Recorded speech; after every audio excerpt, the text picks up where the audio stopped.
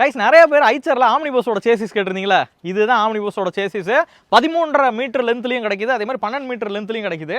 அதில் குறிப்பாக ஸ்பெஷலான ஒரு விஷயம் என்னென்னா, இங்கே இருக்குது பார்த்தீங்களா, எலக்ட்ரோ மேக்னெட்டிக் ரிட்டார்டர்னு சொல்லக்கூடிய ஆக்சிலரி பிரேக். இது அதாவது நார்மலாக வண்டியில் வரக்கூடிய பிரேக் வந்து யூஸ்வலாக இருக்கும். பட் ஆம்னி பஸ் எல்லாம் பார்த்தீங்கன்னா கொஞ்சம் ஸ்பீடாகவும் ஓட்டுவோம்.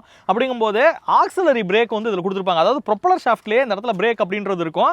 இது வந்து மேக்னெட்டிக் இண்டக்ஷன் மூலமாக உங்களுக்கு வந்து எட்டி கரண்ட்டை ப்ரொடியூஸ் பண்ணி பிரேக்கிங் அப்படின்றது அப்ளை பண்ணுது. பட் இதில் வந்து வியர் அண்ட் டியர் வந்து இருக்காது பெருசாக.